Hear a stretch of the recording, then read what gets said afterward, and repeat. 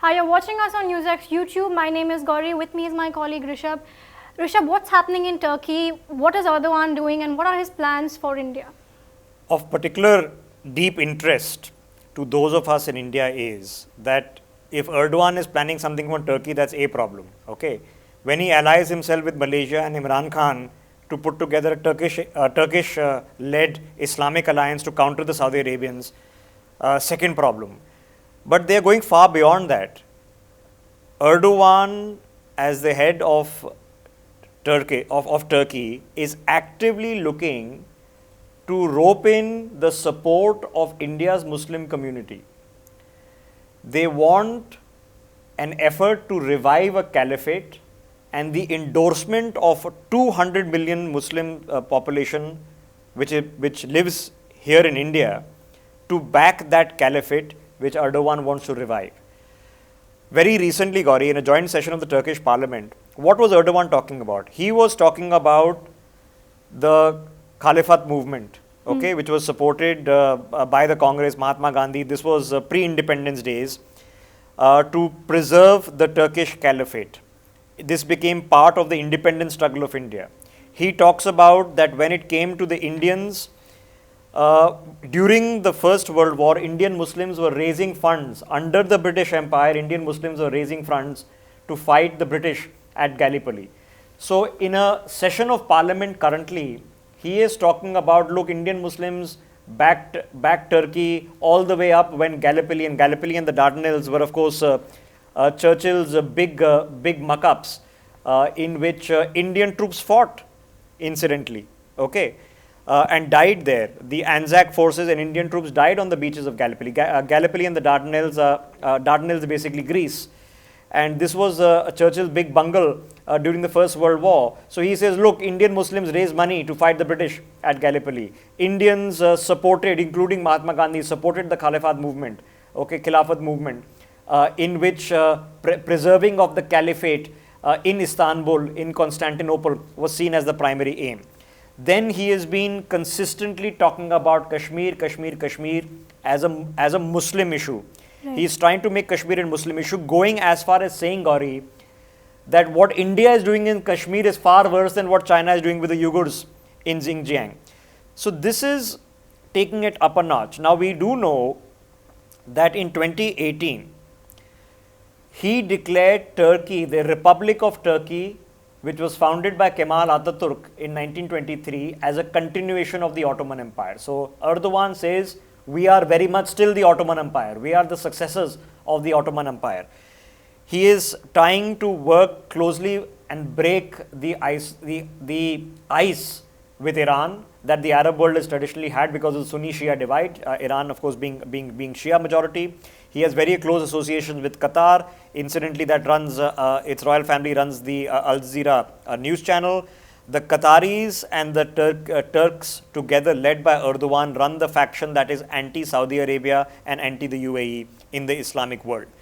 Now, he is doing all of this and actually wooing the Indian Muslim population by saying that, look, we have historical ties of Indian Muslim support to Turkey. He has actively asking and seeking the support of certain Muslim clerics within India. There is an individual called Sheikh Salman Nadwi. This is the guy who is running the proxy campaign for Erdogan to generate support for him and Turkey within the Indian Muslim community here in India. So remember that name, Sheikh Salman Nadwi. This is the guy. Nadwi openly backing and asking that Indian Muslims support Erdogan, and is claiming to represent Indian Muslims in appealing to the Turks, and he did this last time in the general election in Turkey, that Nadwi goes on to broadcast that on behalf of Indian Muslims, I am asking you to vote for, I'm asking you Turks to vote for Erdogan in your general elections. This was in May of 2018. So Erdogan is looking at a resumption of the caliphate. He sees himself as the boss. He seeks the restoration in Istanbul. He seeks the restoration of the Ottoman territories, at least a sphere of influence, if not direct control. And he's actively seeking through his proxy agents working here in India the support of Indian Muslims and we have to be deeply aware of what Turkey is doing, not only within Turkey, but what it is doing currently here in India.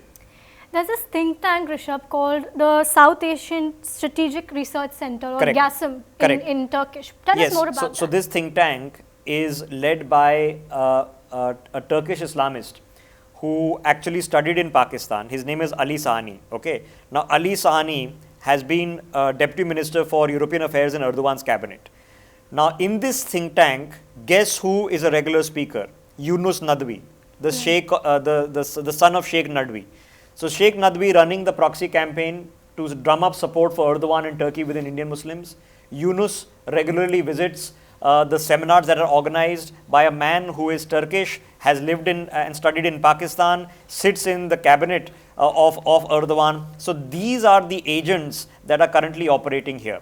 There is also another called Sardar Demirel. Okay, Sardar Demirel is actually a Turk, but for some reason he traveled to India in 2016, went to Kolkata to take part in anti-UCC protests against the Indian government.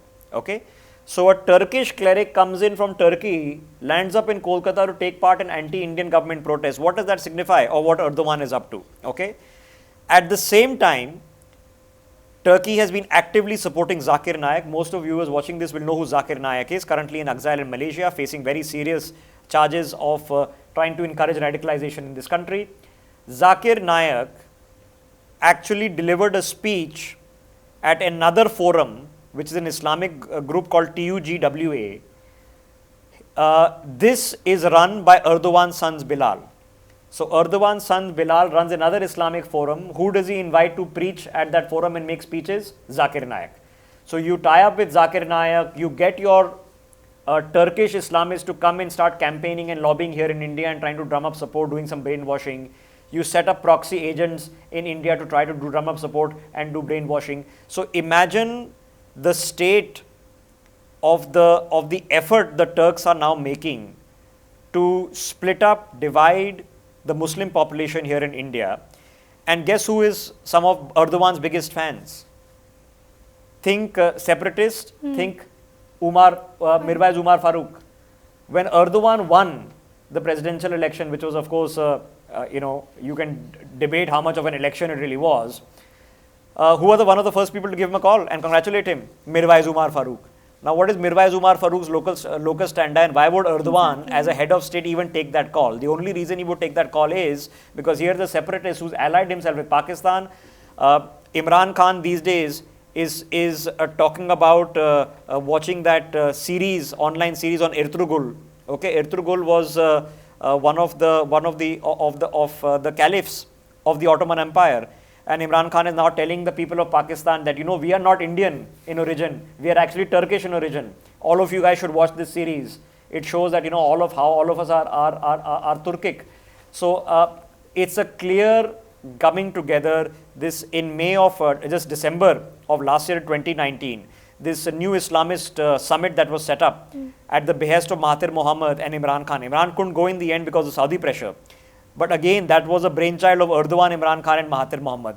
So they are all gearing up, and specifically for us the problem is that they are not only gearing up internationally, but here they are targeting Indian Muslims right here, which we need to be deeply aware of. Qatar runs Al Jazeera, okay, constant Indian bashing on Kashmir. Or Al Jazeera is a news channel which is run and operated by the Qatari royal family. Qatar is not a democracy. Okay. Now, an organization that is run by a royal family is telling India about democracy. Who are the other people doing India bashing? TRT World. TRT World is what? Is a mouthpiece of Erdogan in Turkey. So not only are they doing this, they are trying to make outreaches to NGOs, to madrasas here in India by providing them funding to create a sort of sense that the Indian Muslims would once again declare for Erdogan, restoration of the caliphate, restoration of the Ottoman Empire. Right, Rishabh, and what is Erdogan also doing something in other parts of the world, in Africa, let's say in Middle East, other countries? See, Erdogan has already declared, okay, that as far as he is concerned, as I just mentioned in 2018, that the Turkish Republic run by him is a continuation of the Ottoman Empire. He is actively trying to support the Muslim Brotherhood, which has been in the back burner in Egypt.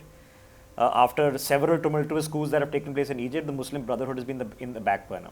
He is actively supporting the government that is currently established in Tripoli in Libya against the rebels, and the rebels are being supported by the Saudis and incidentally the Russians. Okay, but despite the fact that Erdogan has a hot and cold relationship with the Russians, he's actively supporting this group, principally because he is trying to seek succor within Libya, within Algeria, within Egypt, as a Muslim Brotherhood to join up as a counter faction to the Saudi UAE domination currently of the Arab world. And this effort that they are making, that Erdogan is personally leading, the sum total is building up to this, principally because as things stand, Erdogan has repeatedly brought up that he thinks that the Treaty of Lausanne, the Treaty of Lausanne is what was set up after the Ottoman Empire collapsed at the end of the First World War. The Treaty of Lausanne set up the modern boundaries of Turkey. Now, if he says that the Treaty of Lausanne was incorrect and was actually punishing Turkey or was unfair on Turkey, so you're basically saying the current frontiers of Turkey are wrong.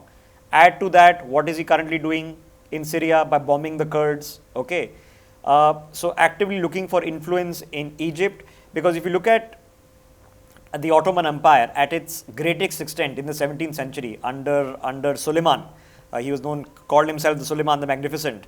The Ottoman Empire reached the gates of Vienna.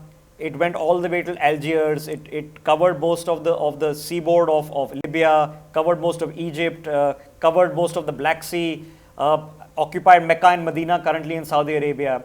So he is already imagining himself like that, just like the Han Chinese are imagining themselves that we will overtake what was traditionally part of whatever Mongoloid Chinese empire. So he's imagining himself like that. So why otherwise start questioning the Treaty of Lausanne specifically? He's doing it for this particular reason.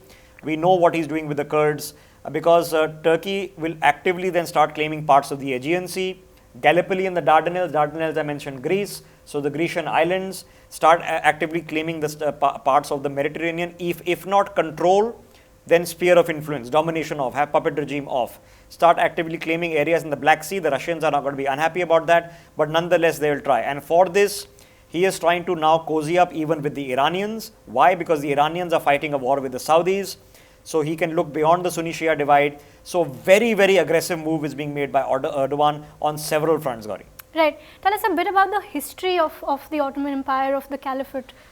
Look, I mean, the Caliphate, of course, dates back to Mehmed II, when Constantinople is taken for the first time, and Constantinople gets converted into Istanbul, right? And the Ottoman Empire goes on from the 13th century all the way up until the 20th century.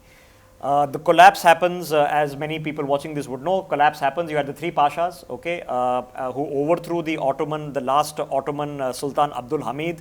And all the three pashas, Mehmed, Ismail and Ahmad, became interior minister, this minister, that minister, and perpetuated the First World War. Incidentally, this was the time when, as I mentioned, Churchill had his big blunder in Gallipoli and the Dardanelles in the First World War. All of the three pashas met a bitter end. They all died brutally. And this collapsed the Ottoman Empire in toto, which comes to an end with the end of the First World War. By the time Kemal Ataturk, he takes over, he distances himself as a different, these guys were known as the Young Turks. And Kemal Ataturk distances himself from these guys who became fanatics and dictators. All three of them died. And by 1923, Kemal Ataturk has founded a modern Turkey. He founded it on democratic values, on republican values, but that was then 100 years ago. Today Erdogan is the opposite. He's pretty much made himself president for life. He's pretty much made himself dictator after he managed to survive a coup attempt, and he's changed the constitution already, and he's dreaming of the caliphate, and he's dreaming of this extension of the Ottoman Empire, Gauri. And who's Osman Osmanglu? Okay, so the Osman Osmanglu is actually the descendant of the Ottoman Turkish. Okay, that's family the still dynasty. exists? So the dynasty has been living in exile. Osman Osmanglu himself was living in New York. He died in 2017. His heir right now is Dundar Ali Osman. His father was Ertugrul, and Ertugrul is one of the sultans of whose series that this chap Imran Khan is now going gaga over. There are many members. There's a British comedian called Naz Osmangulu. He lives in the UK. But the difference that's happened in the past few years, Gauri, is that many of these guys, including the now deceased Usman Osmangulu, over the past several years have been very, very repeatedly started visiting Turkey again.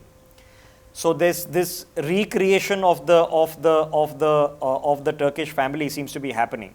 Now, what the expectation is that the 100th anniversary of the Turkish Republic, of Kemal Atatürk's Turkish Republic, is going to happen in 2023, which is exactly 3 years from now.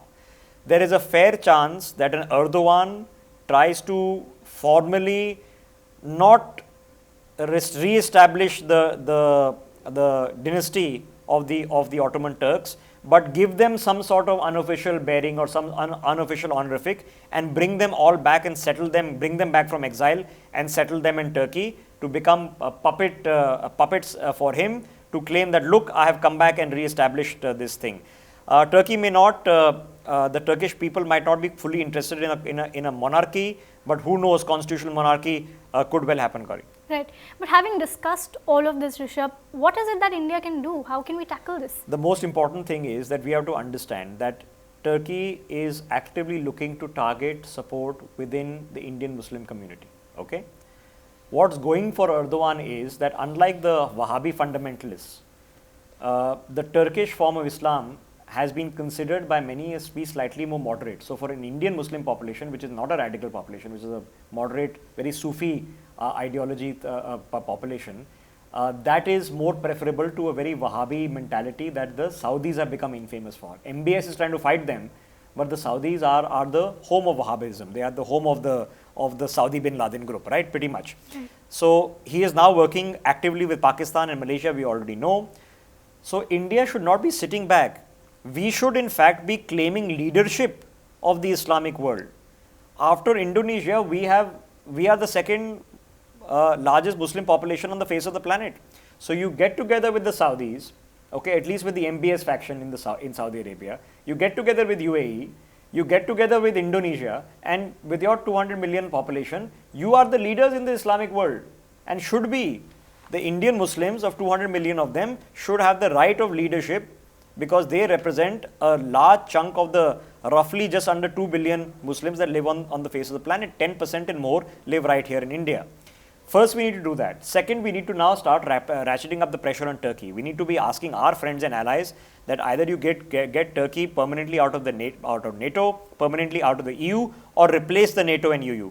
Get the Quad, set up a new, and we've done a separate video on this, set up a new Indo-Pacific declaration, set up a new Indo-Pacific treaty, get rid of the Turks and have them kicked out. We need to be working more actively with Iran to make sure Erdogan is staying out of Iran and not messing about there. India should be the bridge between the Arab world and Israel. We should be sitting there. We should be the bridge between the Saudis and the Iranians, not Imran Khan and Erdogan. We have good relationship with the Iranians, we have a good relation with MBS, so we should obviously found the bridge. We have a good relation with the Palestinians, good relation with the Israelis, and good relation with the Saudis. So we should obviously directly be the bridge there. We have to make sure that we are curtailing all economic ties with Turkey. So some of their companies' economic contracts are already being cancelled, but a lot of the back-end operations in India's airports are run by a very large Turkish company. And we should really start thinking whether we want Turkish companies investing in critical infrastructure here in India. We need to ban these Turkish preachers coming into India and doing protests in Kolkata against UCC. If Indian Muslims have an objection to make, they are welcome to do protests. What is the locus standi of a Turkish Muslim coming here and protesting and then backing Zakir Naik? We need to be actively countering the propaganda that Turkey is spreading through Al Jazeera, through TRT World, from the online campaigns that these guys are doing. We have to actively, you can't shut it down, but you can counter it by raising, why is Turkey not being held accountable for the Armenian genocide? What happened? Okay, when they say Indian occupied Kashmir, why don't we call Turkish occupied Armenia, Turkish occupied Kurdistan? Why don't we publish maps of the world that say Turkish occupied Armenia, TOK, Turkish occupied Kurdistan? Okay, the Kurds have been fighting for independence. The Armenians were massacred by the Turks. So this is something that we need to do very, very actively.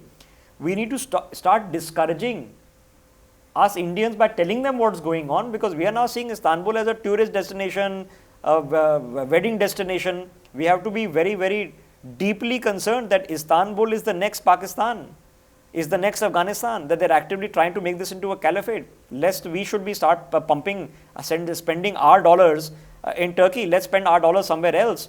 And we need to fundamentally, Gauri, which is something very clear, remove the ability of these guys to somehow represent Kashmir as a Muslim issue. Does Kashmir affect Muslims? Yes, it does.